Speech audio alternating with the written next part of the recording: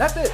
That's it. And so and that is disclosed at the very beginning. In the very beginning. And guess what? If we disclose it one way, it can't change. Can't be changed. We can't change it. If we try to change that, we have to start the whole process over again. Welcome to another episode of the Lending Lounge. Today we're going to talk about something that always comes up. Every loan that we do, every single one. Not one is different. This situation arises in every loan, and it's after you've quoted 3 or 4 different houses. You ran what the numbers would look like, what the final cash to close would look like, with taxes, with the payment, everything. We worked and structured the loan.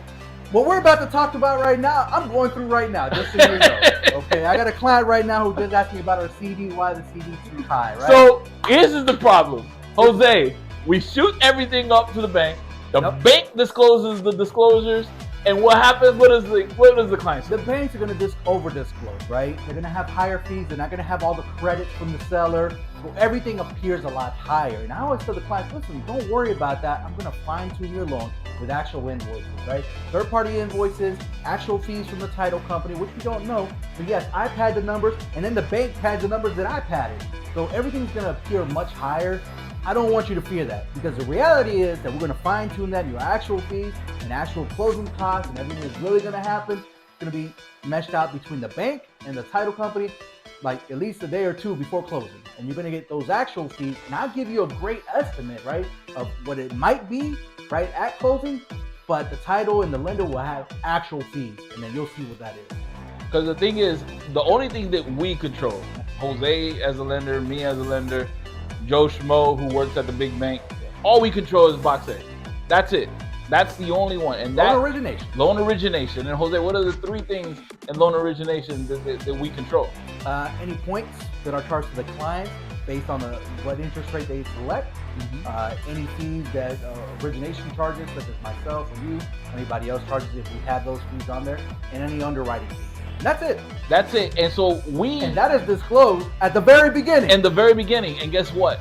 If we disclose it one way, it can't change. Can't be changed. We can't change it. If we try to change that, we have to start the whole process over again. So it's not something that when we tell you these numbers and we're like, hey, the numbers are, let's say, the throw a round number. I've been telling you the whole process is going to be $15,000 to close, and you get $16,000. And the disclosure 17,000, like, hey, it's because they're padding the things that we don't control. Because the only thing we control is box A. We can control whether there's an underwriting fee. We can control if there's discount points that you're paying to obtain a lower rate, or if you want to pay our commission or not. Right? Because there's 2 ways that we can get paid. Either the bank can pay us our commission or the client can pay us our commission. So that's the 3 things that we control in box A. Everything else comes with an invoice. That's it.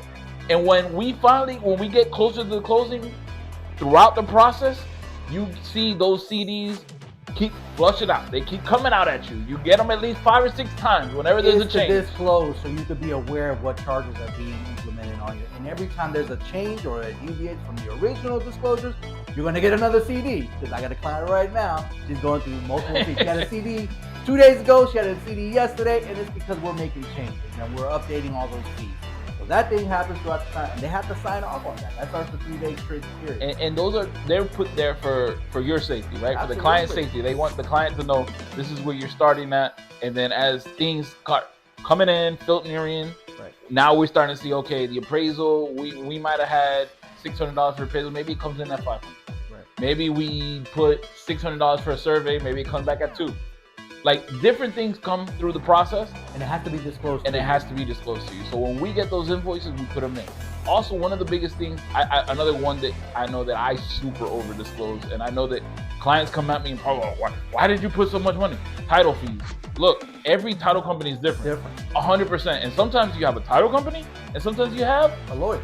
And those lawyers are way more expensive than a title company. Right? Like, everybody's a little bit different. So we have to pad those numbers, because if we under-disclose, what happens? We start all over. So, right? And then you're not happy because we basically shot through the moon and we didn't even get out the atmosphere at this point. You know what I'm saying? Like, I want to make sure that we're right where we need to be, and we can lower all those fees to where it's something that's manageable and that you're happy with, right? Because if we over disclose and you're happy with those numbers, you'll be even happier at the closing table when the numbers are less. You got more money in your pocket and your interest rate, and you got your house. Like, what's up, man? And then it's a party. It's a party. We got a party, man. That's it. So that's why when you see what gets disclosed to you, that's the reason sometimes it's over.